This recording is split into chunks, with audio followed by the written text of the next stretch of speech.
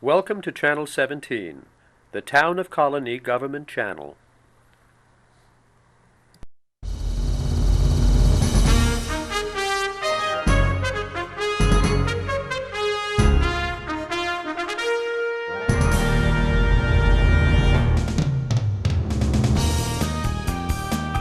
All right, thank you for coming. Welcome. Before we start, a quick note, next month, January 28th on a Monday, John Harden is going to be back reviewing the book Shopping for God, How Christianity Went From In Your Heart to In Your Face by James Twitchell. So that should be good if you were here for John. Now, if you were here last May, you know Ari was here. He talked about point-to-point navigation by Gore Vidal. And Ari comes to our library a lot, and late summer or early fall, he was walking around the library and he had this book that he's going to talk about today, The Art of Aging, and he was walking around, you know, like this. Hey, can I come and talk about this book in the fall? Because something about this book really got him, and he really wanted to talk about it. So he's a gerontologist. He's done a lot of other things. He's the editor emeritus of the Journal of Gender Studies. And he's going to tell us about the book The Art of Aging by Sherwin Nuland. So here's Ari. Okay. Thank you. Thank you. Thank you, Joe, for that nice introduction. I want to preface my remarks first by saying that while initially I found that this book was very informative before even reading it, I not only have confirmed that experience by actually reading most of the chapters in the book, but also I got some insights as a gerontologist, which we don't usually get from just casual reading of a book about aging, because that's like a big dirty word in this culture. Whether we like it or not, aging is here to stay, and it will affect everybody in different ways. Interestingly, most of us focus aging on the body, which probably is fair enough if that's the only thing we had to worry about is our bodies. But in addition to our bodies, we also have to worry about our minds and our spirits, because that is what separates this part of the animal kingdom from the rest of the world. And humankind, for better or for worse, does have these three interlocking and somewhat distinct components. And that is really the essence of what I like about Nuland's work.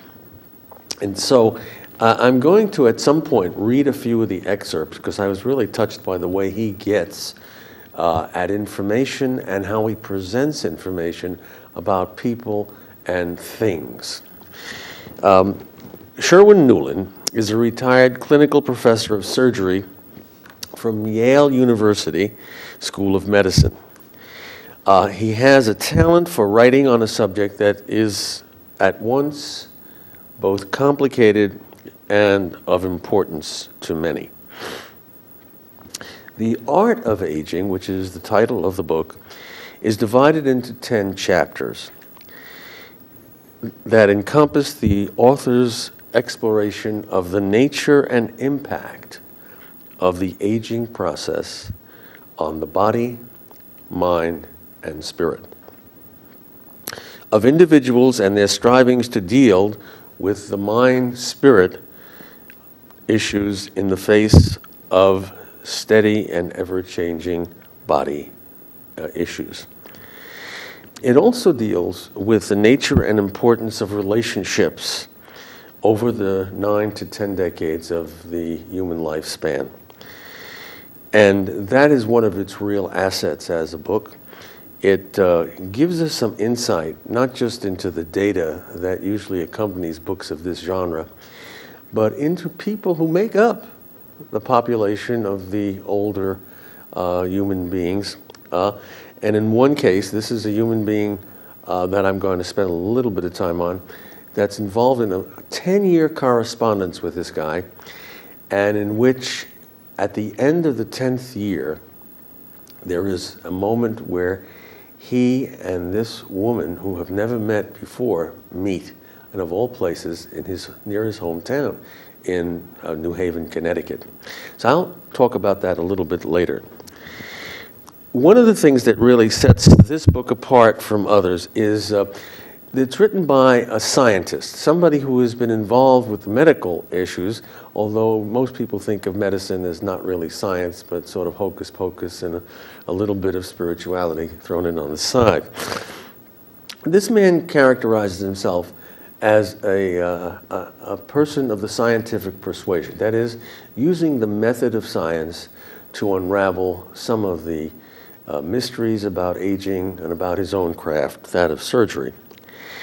And he combines that through a unique use of language in his prose writing here with the heart and the soul of an individual's life journey. And in this brief overview of the topics covered in the chapters of the book, I'm going to focus on five of them. The first is how we age. The second is making choices. The third is friendship.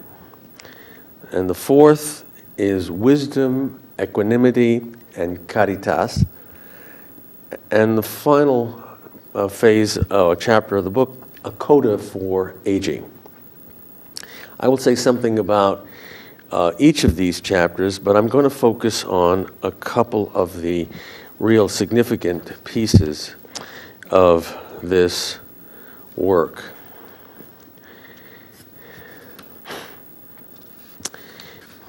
In the how we age part of the book, it's probably the longest of the chapters, and what I have decided to do is read and quote from different parts of this part of the book, only because it gives us some insight into how this man thinks and can organize his thought processes to making some sense out of the aging process.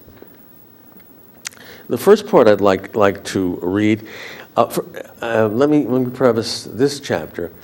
At first I was concerned that there weren't really good references to back up some of his statements, but all throughout the book he uses references, but he's not academic enough to put them in the back of the book under a collection of, references and notes related to how he got the information that he talks about. First part. More of physiological loss than was previously realized falls into the category that might be called the atrophy of disuse, a concept clearly stated by Oliver Wendell Holmes more than 150 years ago. Men do not quit playing because they grow old. They grow old because they quit playing, which is indicative of a sense of humor as well as his erudition about reading. I mean, this man has read an awful lot about a variety of subjects over the 77 years of his life. So that's the first thing we encounter with the book. And then he talks about people in the 17th century who looked at the body as certainly a very complex mechanical machine. The heart being a pump, the whole circulation system being a network of pipes, all of the muscle systems, levers and arms and rotational kinds of devices, all of which have analogies in the mechanical world. And in the 17th century, it was quite appropriate for individuals who were in the science world and looking at the biology of human beings to make the analogy between a mechanical thing like the arm being a lever. And there was lots of good physical experiments done on levers. So by extension, since the arm is considered a lever in some biological circles, why not apply the principles of mechanics to some of the aspects of the biological corpus, as was said. And one of the books he quotes is by a person named Giorgio Baglivi, and he gives, this man talks about the biomechanical view of the body, in which he says, all of these biological phenomena must be seen in the forces of the wedge.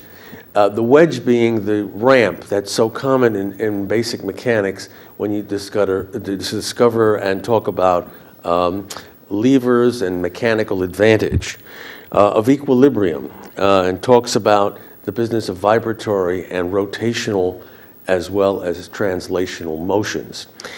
And so what Nuland is trying to do is show that even as far back as the 17th century, people were concerned about the biological or the body part of the biological part of human beings, and they did a lot of experimentation in that sphere. And it really was a precursor to what we now know as biophysics, which is the study of biological systems by using physical principles. So I was quite pleased to see how he references early studies of the body. Now, by the way, the Greeks did some of this as well as the Romans, but nowhere near the extent of the Renaissance period when they really began to rethink how you could normalize as well as put into numbers and measurement these biological phenomena. Another part of this, and here's where Nuland becomes humanistic. He says, such analogies with machinery are hardly perfect, but they can nevertheless be carried just a bit further. Inherited DNA influences longevity of each of our organs and the whole, but the proper maintenance and appropriate use will maximize not only function, but life expectancy as well. And here, what I think Dr. Nuland is trying to do is point out that even in the 20th or 21st century, using the analogies from biochemistry or molecular biology, we run into the same idea that there's such a specificity with regard to how each of these molecular components works, so that we really have a wide variety of a diversity with regard to how a body organ functions. And while we may all say that the heart has four, the human heart at least, has four chambers and functions like a pump, the variety of differences in that give rise to all of the different kinds of heart issues that we find in the 21st century. He has another point here, and he says that individual men and women age at different rates. So you may be 65, but if there are 10 people who are chronologically 65 years of age, each of those will have a very specific pattern of how organ function unfolds itself for that individual. So while 65 is the age group, we get these probabilities rather than actual facts. And that's one of the things I think is implied a lot in his discourse here, that if we rely too much on data and statistics as opposed to our own individual case, then we really run the gamut of inviting negative and pessimistic thoughts about living on the planet beyond maybe 70 or 75 years. Some people don't do that, but there are a lot of people who look at the morbidity of their lives after, say, the 8th decade, which is between 70 and 80. And so he is making this point that there's a great deal of variety here, and you shouldn't really use all that statistical stuff to base your future life on the planet. Pick and choose and look for the right options for you. I'll come back to that a little bit later.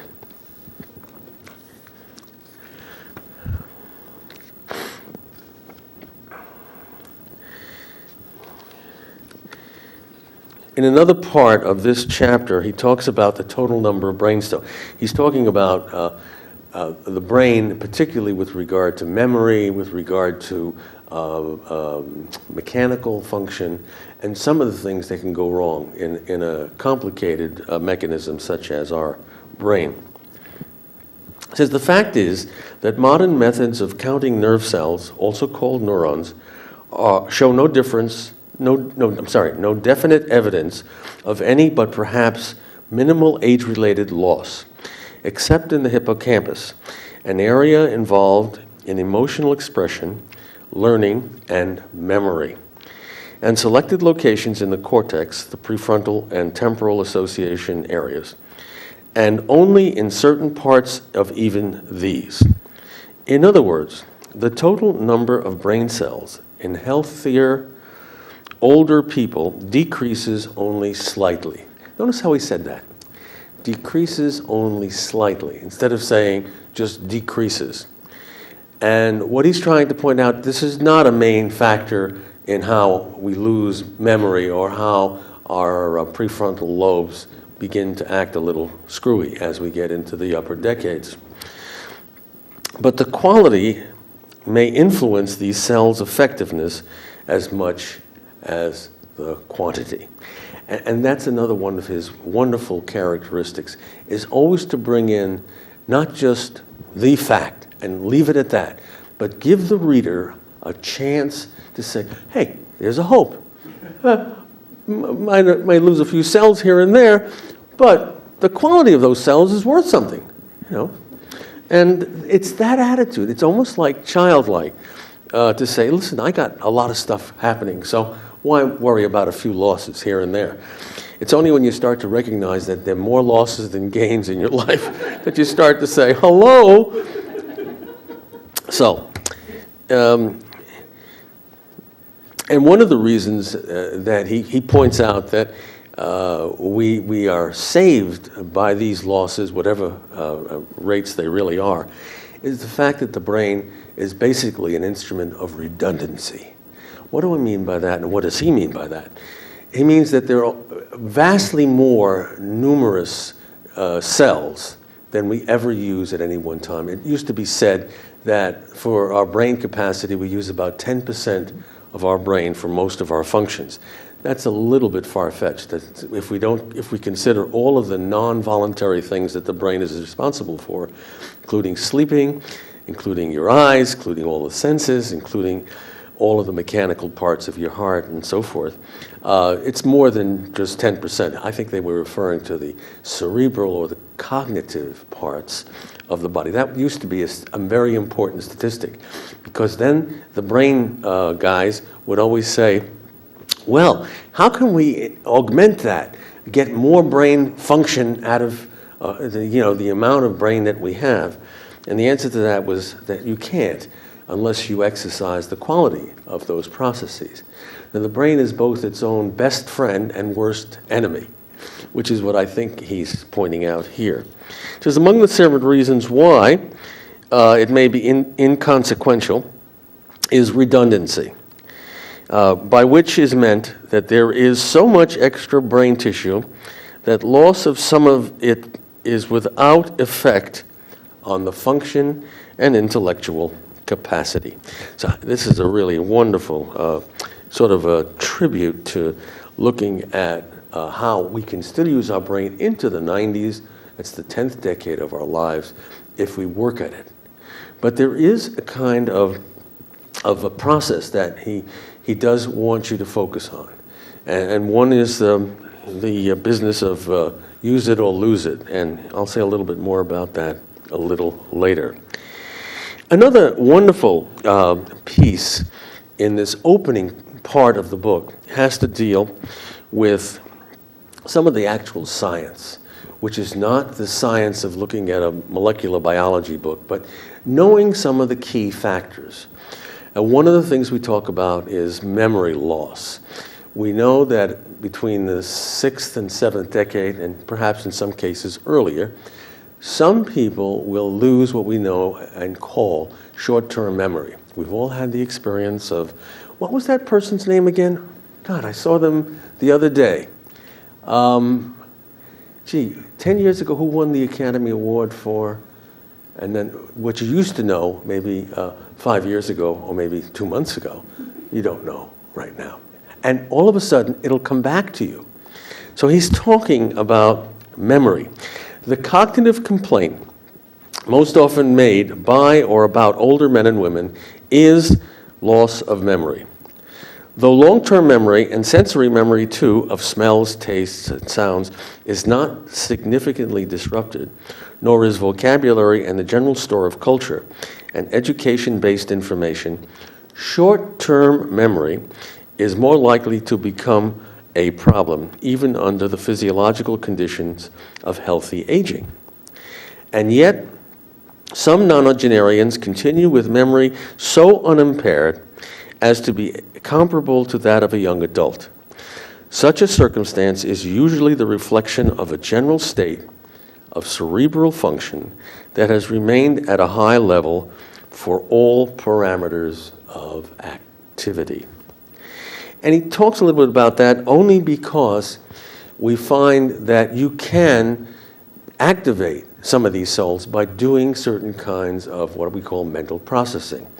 One of the things that I do in my practice when I work with clients who are complaining of this is to get them to learn how to use crossword puzzles as a real device for maintaining, at least, and then augmenting your sense of the English language, since that's the language most of us would do crosswords puzzles in. But he also talks about some of the substances that get lost or no longer reproduce. And this is the reality of how the body starts to react to aging process. It affects all parts of the body, from our bones, skeletal, muscle, and even the quality of the DNA as we get older. And he has a lot to say about that later on in the book. I'm not going to spend a lot of time on that for this particular discussion, but it is worth reading because he has not put aside the fact that the DNA molecule is really the ultimate determiner for how much time we spend on the planet as living parts of protoplasm.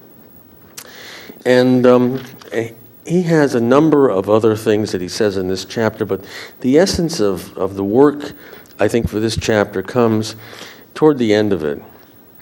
And says, the two major sensory organs, the eye and the ear, likewise, vary considerably among individuals as they age.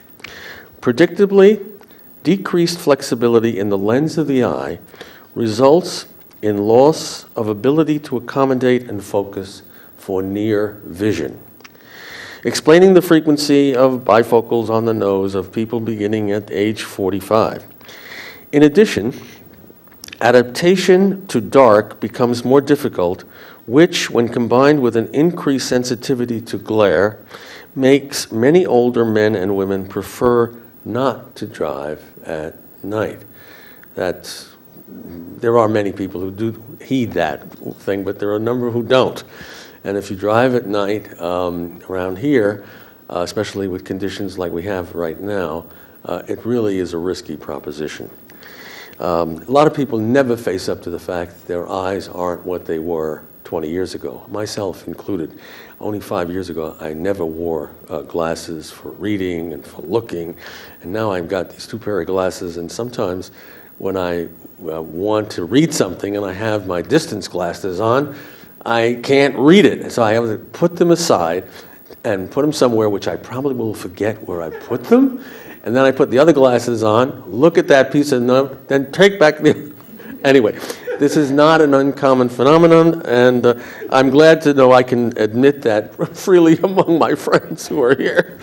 Anyway, but I haven't yet got the cataract phenomenon, which a lot of people older than I do get, and that can be corrected. And one of the things he talks about in this book, which is such a delight, is that there are a lot of things available that we can do to improve the faltering process and use of our bodies. hip replacements, all of the bone replacements. It's almost like a replay, but in a very sophisticated sense to the people in the Renaissance who looked at the biomechanical aspects of the body. So if you have a knee that is really giving you a lot of trouble, and many people do, either through arthritis or whatever other kinds of atrophying that takes place, you can replace that as one of the options. And most people who have had it replaced within the last 5 years and are living to talk about it say that this has been the greatest revolution for me since sliced bread, because now I can walk. I used to be able to have to do this or that or the other thing. Same thing with hips, and the same thing with other appendages. Now, we haven't done everything, even though we try to replace the heart. That has not happened. And the strategies for either replacing it with an artificial kind of device or transplantation, both of which are very challenging technologies. And anybody who has the option of doing any of these and wants to do it, have it available. It was not available 100 years ago, even 50 years ago. So those are some options which make one feel more optimistic about the prospects. I have a friend who belongs to what is called the Out of Control Ski Club. He is 89 years of age. And Joe goes skiing all over the world. He has the wherewithal to do it. He's not married. He's retired from his whatever things he did before. And he loves to ski. And every weekend he'll be on the slopes in Vermont or in New York State. And then he takes these trips, and he told me that he's planning a trip to Andorra. Anybody know where, you all know where Andorra is? Andorra's in the middle of the Pyrenees. It's saddled between France and Spain, and there are some wonderful ski areas there. So using Andorra as a base camp, you could take a bus for 20 kilometers or less than that and get to a major ski area and ski for maybe less. But it's the idea of getting your body up there, going on the plane, carrying your skis, doing all this stuff for a week or a week and a half of this thrill of skiing in another part of the world. Not very common, but for Joe, it really is a unique experience. He's been doing it for the last 40 years, and he will continue to do it until he's unable to do it. I should point out, his hearing is abominable. He's got two hearing aids. He never puts them on because the hearing aids confuse him rather than clarify. If you're in a store, you get all of the different ringings and things related to 4 different conversations, have nothing to do with you and the sales clerk. And he says, I turn them off. And when he turns them off, he doesn't look at you directly, so you can't communicate with him. And the result is he yells very loudly, and he's almost like, pain in the neck once in a while. His eyesight is equally poor, but he's taken care of the cataracts, and he does wear glasses and goggles when he skis, which is plus. But he's a terrible driver. Nobody wants to drive with him. He goes right on. And he has so many positive experiences that he is motivated to go. He's not motivated to say, I'm over it. His probably his, not wish, but if he has to go, he wants to go while he's on the chairlift in the ski slope, carrying up his skis and doing something like that. He does not want to be in the hospital, and he isn't. He refuses all that kind of stuff. Well, so much for the anecdotes regarding the first part of the book. How much time do I have? Do I have as much time? Oh, okay, we have some new people. Well, great. You've just come to the salient part of my dissertation here, or discourse, whatever that is. Okay. One of the things that really attracted me to the book, I was immediately taken by an aphorism that comes out of ancient Greece that in various forms says, an unexamined life has little meaning. And it's supposed to be on the lintel of one of the great gymnasia or the learning academy of Plato. and it was attributed originally to Socrates, and of course there have been different variations on it. And I was pleased to see that Dr. Nuland uses this several times in the book. An unexamined life has little meaning, and variations, an unexamined life has is not worth living, and there were varieties of other things. The other key statement from the ancients that he likes to quote is "Know thyself," and I will say a word or two about that later on. Now what I'd like to focus on is this experience he had with a woman, an Indian woman. The woman was living in Madison, Wisconsin. Her husband had died, and she was living with her daughter-in-law or sister-in-law or one of these people. She's about 73 years old, and she describes her life at this point, at the 73rd year, and she writes to Dr. Nuland. And it opens up a correspondence that is to last for 10 years. They never met until the last year. And he writes about everything up to that moment. And then he incorporates his own feelings about meeting a woman he's had a correspondence with for 10 years, never met her, has seen pictures. They exchange pictures. They even call themselves by their nicknames, Shep and Ruby. And both of them, at least Dr. Nuland, is still married. And at one point he's talking to his wife about the possibility that he's going to meet this woman, and he doesn't know how to really approach it, which is interesting because it points up a lot of the things that people have about early experiences in their lives, which are sort of connected to the current experience. Nothing could be further from the truth, but you know, as human beings, we are frail. So if we had any experience about meeting an Indian woman when we were 20, we think that at 70, we may have that same experience. And he was, I guess, both relieved and disappointed that his experience with the Indians in England when he was a specialty resident in London was not the same experience he had when he met this woman. What I wanted to do here was to read a couple of choice bits. The woman is erudite, she's articulate, she writes beautifully, and she writes in a handwriting. It was no emails until about the last 2 years of their relationship. So let me just start that so I can introduce the people here.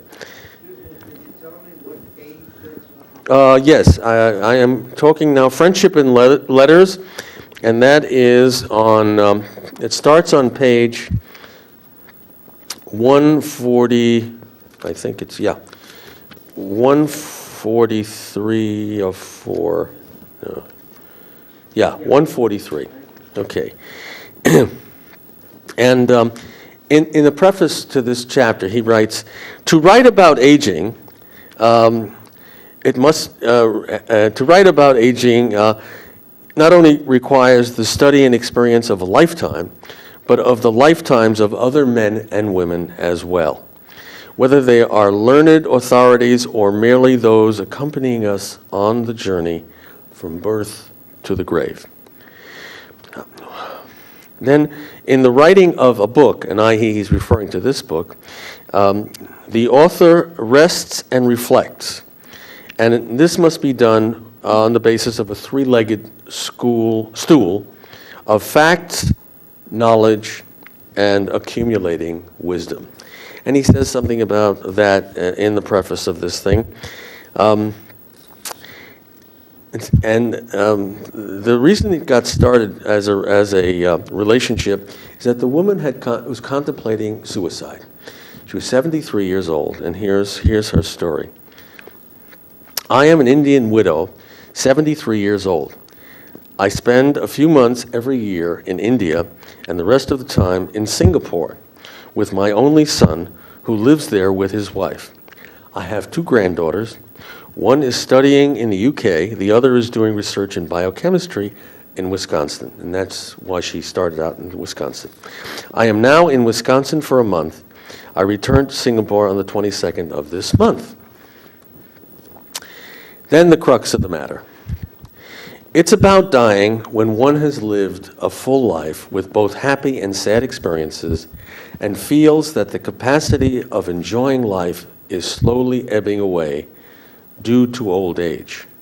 Should not one end one's life? I think that would be a happy ending. My vision is badly impaired. I cannot see in one eye, and in the other, a very limited angle of vision. When I go out, I have to depend on somebody else most of the time. My hearing is also failing. The doctor said it was due to weakness of the auditory nerves. I cannot move at a fast pace. This degeneration due to old age. I am going the path of your grandmother, whose acceleration into beginning senility and her death at 96 I had described in the book. This is a parenthesis about what Nuland is talking about. Okay, where is this thing here? Oh, I fully realize how she felt. There is nothing wrong with my health otherwise. I feel it is time I should die. That is, I should end my life myself. I don't want anyone to know about it. It needs to be done secretly, or it would cause pain to others. What is the easiest way to do it secretly by one's own hand? Oh, Dr. Nuland, I know it's foolish of me to write in this way, and it's likely that you will ignore this letter. I will understand. But I also have a faint hope that you may show me a way out of the future that I would not like to face.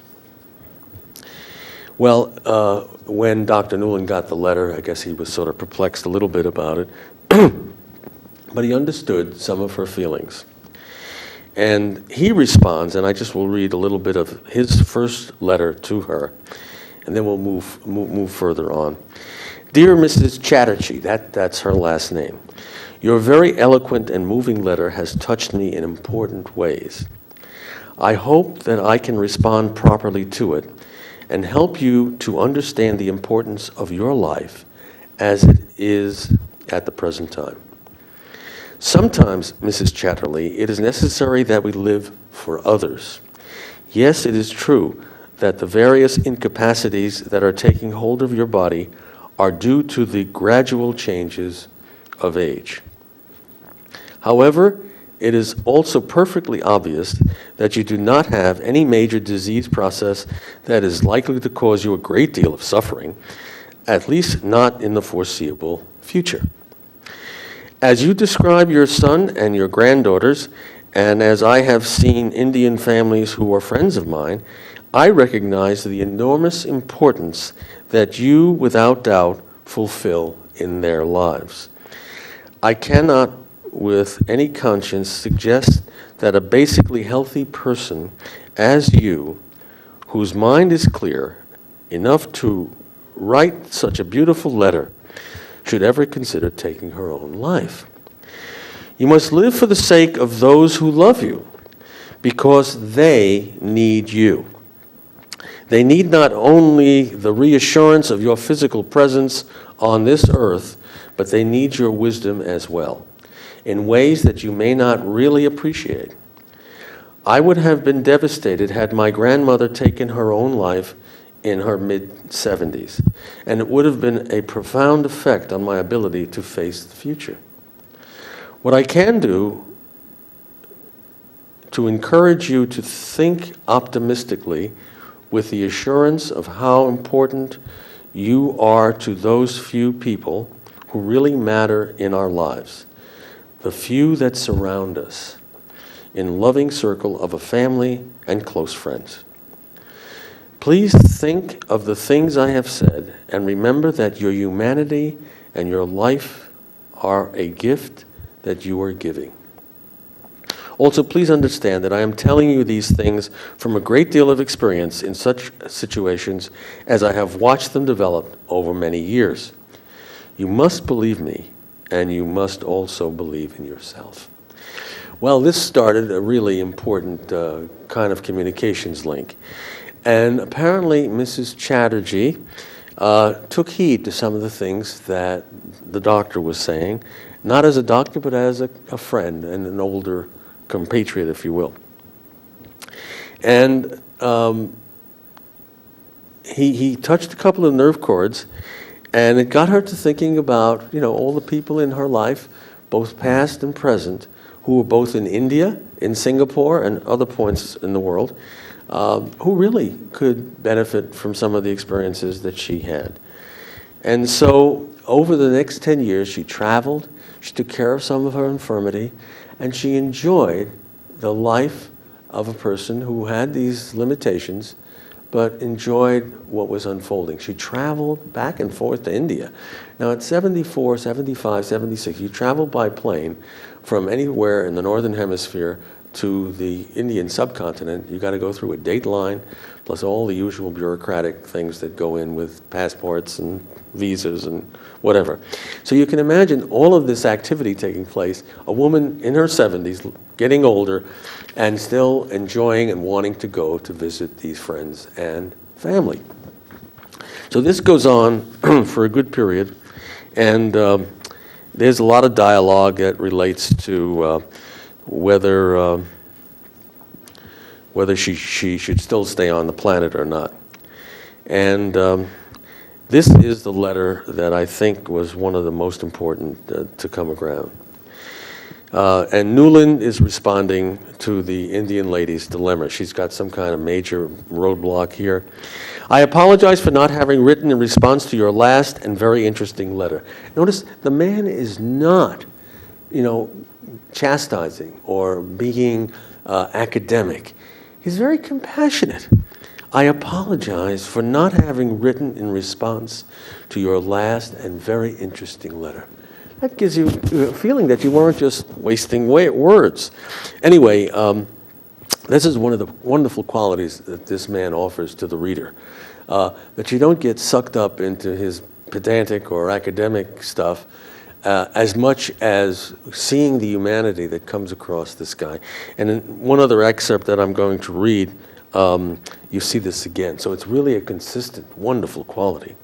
The obligation associated with how we die have once more quickly expanded, and I have been traveling quite a bit, including a week out of the country.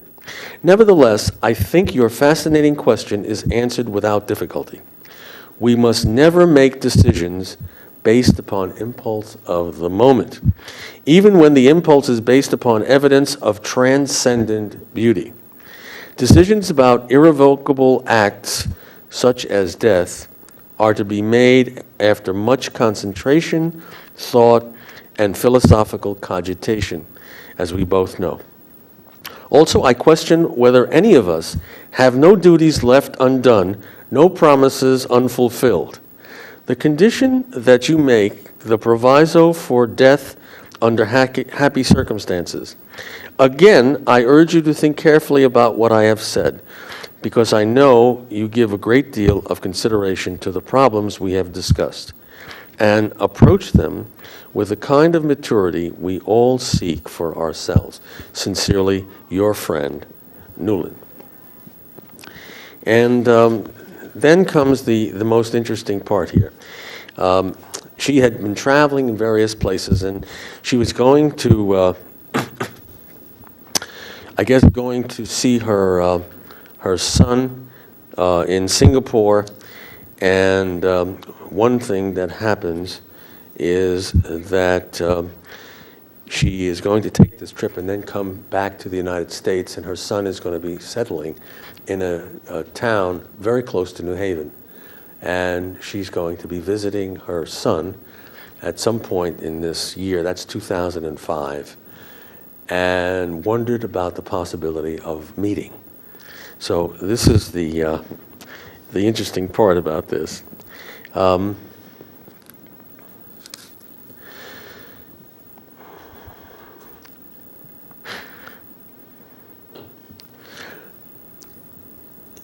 You are a woman who is very much part of this world and makes contributions to it that are beyond your own ability to appreciate.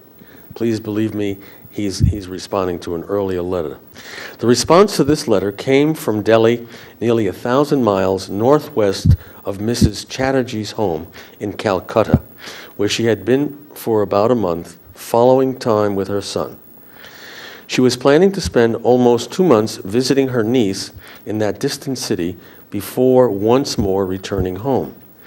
Though her letter did say that she had been stupid and selfish in my attitude to life, it contained nothing else in response to what I had written. But she did report the surprising news that her son, Ramses, was going to be transferred to Connecticut from his job with Black & Decker in Singapore. He expects me to spend summer months, at least in Connecticut. Could I hope to meet you when I am in Connecticut? And at this point, Nuland is he's overwhelmed, and he's going to respond to this. And I want to read a little bit about how he's feeling about this. It's one thing to write correspondence, even if it's a long-term correspondence. It's another thing to confront the person you've been corresponding with about a variety of very heady issues and meet for the first time, not knowing what will unfold. Any expectation that my letter resulted in my having achieved the objective of turning Mrs. Chatterjee's thoughts toward the value of her continued life was dashed by a later communication I received on March 16th, 1995. But there was now reason for cautious optimism. Though my correspondent chose to only obliquely address my arguments, her writing now began to take an unanticipated, but to me, a more hopeful turn. She continued to write about her worsening disabilities, but absent was any mention of the wish to take active measures that would soon end her life. As though continuing her formality of Dear Mr. Nuland in the salutation and yours sincerely, Ruby Chatterley, in the conclusion, the body of her next letter spoke of the nickname I have had since early childhood, which she knew from reading How We Died. That's an earlier book that he wrote. Anyway, she is writing to him and talking about the time comes for each of us. I would expect my family to accept the inevitable in a realistic way. I have decided that when I become seriously ill, I will refuse all medical treatment. That would hasten the end. I know I'm selfish, but I don't want to die bedridden. But I also want to spare my family the pain of watching me sliding slowly down. Another surprise awaited me in the next paragraph. The 73-year-old woman, who was now close to 80, already much limited in her activities and facing what she thought was so imminent that she had to be convinced not to end her life only 9 months earlier, had not only traveled alone from Singapore to Calcutta and then from Calcutta to Delhi and back, but was planning an extended trip to a place almost 6,000 miles from her house. And she talks about going to Africa, and she was really excited by doing that. Even though she had these infirmities, she did go on some kind of a safari, as she writes to Dr. Nuland. I'm trying to get to the point when she's going to come to Connecticut. There's a lot of meaty stuff in the correspondence that ensues. I don't have a lot of time to continue doing that, but I do want to read his reaction to her actually saying, when can we meet? She was leaving for Singapore in 2 weeks, staying there a few days, and then proceeding to Madison for a visit with her granddaughter. Then on July 20th, she would board another plane to the airport in Hartford, Connecticut, where her son would pick her up and take her to his home at a place called Woodbridge or something like that. They say it is near New Haven. A stretch of the eastern border of Woodbridge forms part of the western border of the town where I live. Ramsey Chatterjee bought a house exactly 11 miles from my home. Wonder of wonders, Ruby and I would soon meet. It would not be entirely accurate to say that I had mixed emotions about the imminent arrival on my doorstep of a woman with whom I had formed such a close epistolary bond. The fact is that I desperately did not want to meet Ruby Chatterley. To be in her actual presence would be to lose the geographical remoteness, the unlikelihood of direct contact that until then had enabled the intimacy of our relationship, to which I might have hesitated to commit myself had I so much as suspected that we would ever find ourselves in the same room. To me, the impossibility of a physical closeness was an essential ingredient of the emotional closeness we had achieved. Talks about talking to his wife about this, and he was trying desperately to offer excuses that he could not meet with her during the time that she was in Connecticut. For days, both Dr. Nuland and his wife went round and round on this issue. Our discussion made more difficult by the fact that Sarah had appropriately not read the correspondence and accordingly had no real notion of my concern that a rebuff might lead to a setback in Ruby's gradual coming to accept the reasoning in my letters. And there was an additional fact that my correspondent had written several times expressing her anticipation and excitement that we would soon meet. I received a series of letters, first from Wisconsin, then from Woodbridge. I would respond each time with evasive vaguenesses, as in a note I sent to her, and quote, I have been away a great deal of the time, in addition to having just moved into a new home. Things are rather up in the air just now, but perhaps they will eventually settle down. You will remember that we began our correspondence when you were in Madison, and that alone should be a cheering thought. The evasiveness was not lost on her. You write that Madison should have been a cheering thought for me, as it was here that our correspondence started. Will it also be ending here? I suppose I should take a realistic view of the matter, as all things, however good, come to an end at one time. Having said that, however, she then made it clear in the next paragraph that she would not be denied. I hope things will settle down before long. Can we get together? It was now becoming a struggle between my determination to find a way out and her persistence. And Ruby's next letter talks about coming and when she's coming.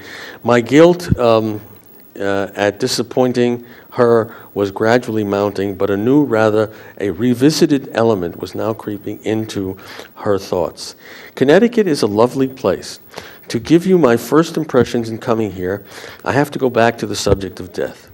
Looking at the green wooded areas stretching out at the back of the house, I thought, this is a place to die, to lie under a cool shade of maples and oaks and rest in peace.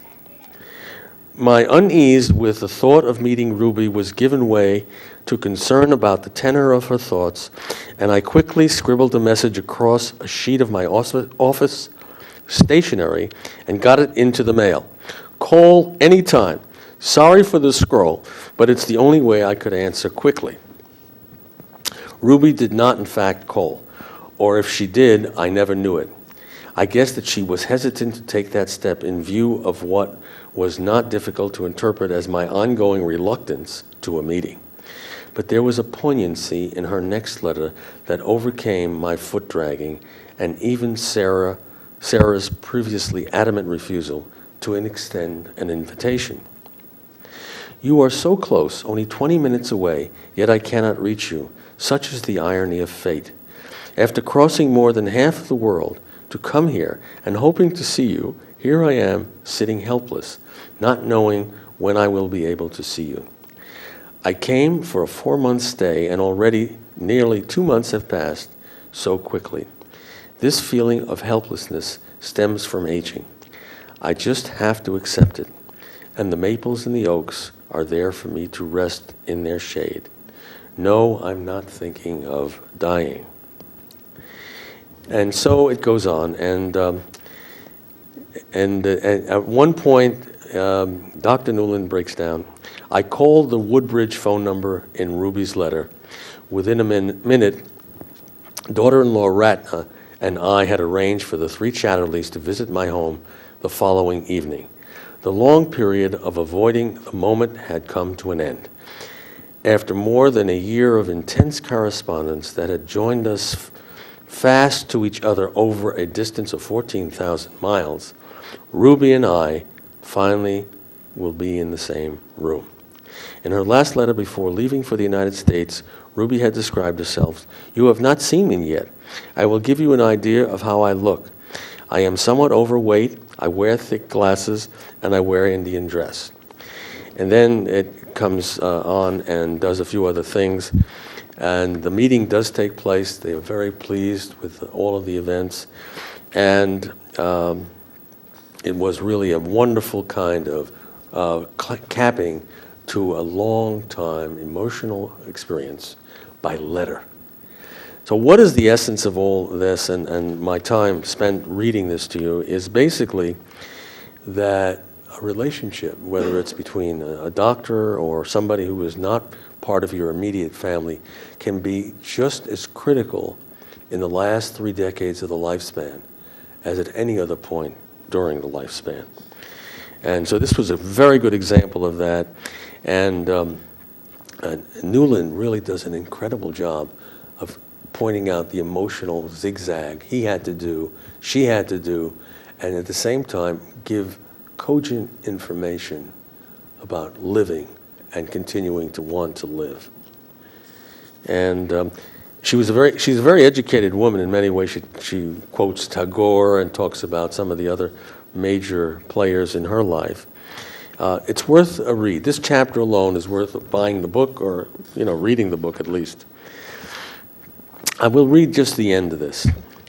Of the several lessons to be learnt from Ruby's story, perhaps the one most basic significance to those who are pessimistic in the face of advancing years can be expressed in the simple sentence: we must never allow ourselves the luxury of despair. There is a certain self-indulgence in giving up, and it takes great heart and strong will to go on when the clouds blacken. Because the easy way is to give in to the pessimism.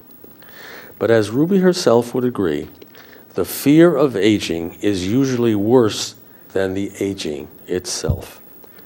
Before you conclude that your opinions are limited, you need evidence that you cannot do something rather than just deciding that you cannot do it.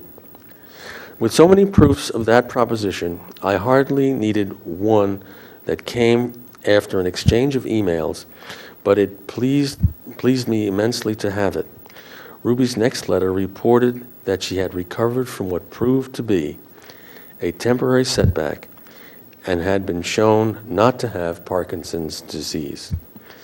She was already planning her next adventure, traveling to London for 3 weeks to be with her granddaughter, who is now living there, and then on to the United States, where she will have an extended visit with Ramses and Ratna, that's her son and daughter-in-law, in Colorado, November 20th, 2006.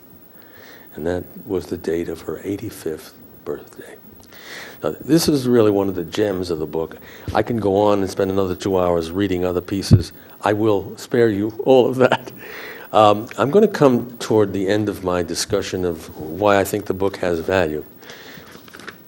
And so if you'll bear with me with these wonderful things that I picked out of the book.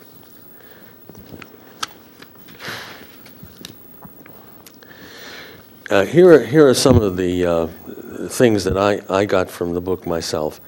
Nuland's narrative explores of some of what happens to the mind and spirit over the latter decades of the lifespan.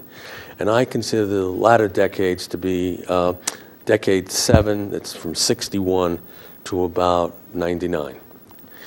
And offers some suggestions on how and on what basis to proceed as we grow older. The Art of Aging is a work of luminous insights, candor, honest and profound compassion. And I think that goes without saying based on what I've read. And I talked about the unexamined life has little meaning and so forth.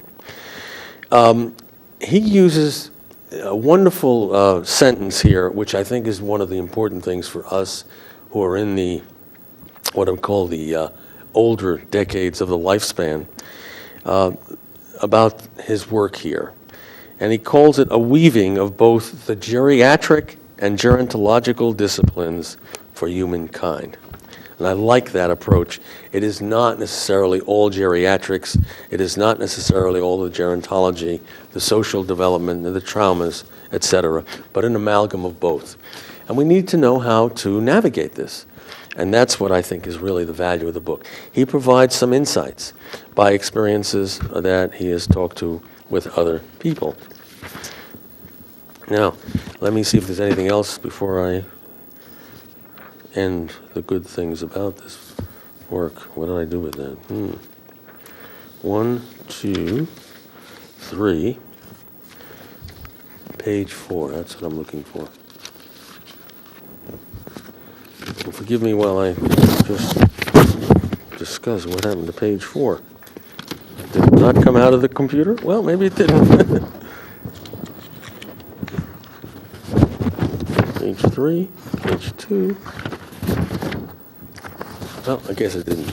The most important part, I think, of this book is in the last 2 chapters, where he discusses what wisdom is and knowledge in relation to wisdom, and also caritas, which is a concept that's very common in the Mediterranean languages. Caritas is what's called caring love. The Greek's word for it is agape. The Italian word is caritas, from the Latin charity. And he spends a good deal of time talking about those factors that make life worth living until the moment of truth. And I love what he has to say about that. And I won't spoil your fun if you decide to read that part of the book. And the last part is something that I've always subscribed to at all points in my life, is to be creative. You know, when God makes a lemon of a situation, what do? You make lemonade. That kind of ending. And creation is the name of the game, and it's the mother of invention, and it's the way we have to navigate the last 3 decades of our lives. If you're not going to be able to walk, you better do what you need to do before then and learn how to still appreciate the things that are important when you're walking, in the absence of actually having to do that. Currently, my life situation with a partner is that she's having more increasing difficulties doing the things we did so much together in the outdoors. And it's a great tragedy. But we do watch the National Geographic. We do read the National Geographic magazine. And as poor a substitute as that may be for the real thing, it does make you feel good that there are good things about the planet that are worth looking at and appreciating. At that point, I'll be open for questions, and I thank you so much for coming, sharing, and being part of my presentation today. Thank you. Are there any questions? Please. Can you give me your name? I'm Sandy. Yes, Sandy. He's accentuating the fact that we need to redefine a sense of purpose and to still pursue the value in things, even though we may have to change what those things are. We need to maintain a certain optimism in the face of the physical obstacles. To be sure, yes. Did you have a question about that? No, I just think that is part of the trick of aging, is to realize that you can't focus on what's disappearing, but what is still remaining. That's right. And of course, practice when you're in your healthy years is what we need to teach ourselves to do. Absolutely. He makes a big point that in the later years is not the time to practice or create new things, is to put in place those things we learned at the 4th and 5th decades, so that when we reach the 7th and 8th decades, we can then recall them out of the dustbin, and hopefully they'll work for us. I'm learning to use my left hand more for a lot of things, only because I have some sense that my right hand may be a problem. If I should get a stroke and the right part of my body is no longer functional, and I still want to write or sign a check that I haven't let to sign, but anyway, I want to be able to do that without somebody saying, well, can I help you write? So I'm learning my penmanship in the left hand, and what it's offering me is alternatives. I don't do everything with my left hand anymore. Not that I did a lot with it, but I am trying to do more things. The same thing with my eyes. At night, when I have to go to the bathroom, I don't rely on light. I rely on my sense of what the best direction is to go from point A to point B, which is what I have to do before, all accidents happen. And as I do that, I'm feeling more comfortable that if my eyesight should dim worse than it already is, then I will be able to do something with that. The big crux will come when I can't get out of bed and want to do the things that I have to do, that I've been used to doing. And in one of the anecdotes he talks about, and some of these cases are extraordinary, people have made do. And the more, I'm working now in an area called traumatic brain injury. And what I'm discovering is that a lot of the things we will have to learn in the last 3 decades, people who have contracted this incredible disconnect between the cognitive and emotional states of their lives, and either physical impairment or combinations of physical and limited mental impairment, become our allies, because the world becomes a very dark, lonely place when you actually get this infirmity. But it doesn't mean you can't be emotional if you give it a chance.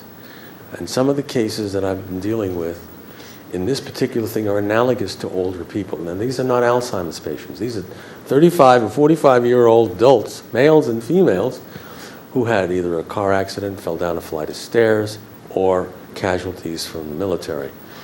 And in each of these cases, I am seeing deep analogies of how you substitute what you need to do in order to make life somewhat integratable and pleasant.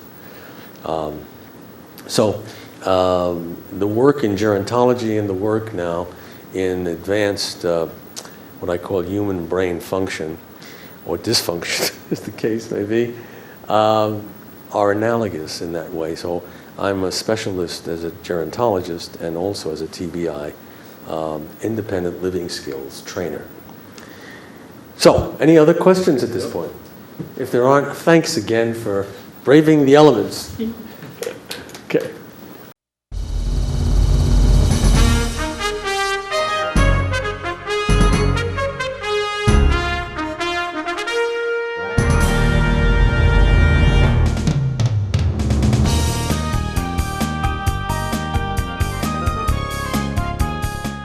Welcome to Channel 17, the Town of Colonie Government Channel.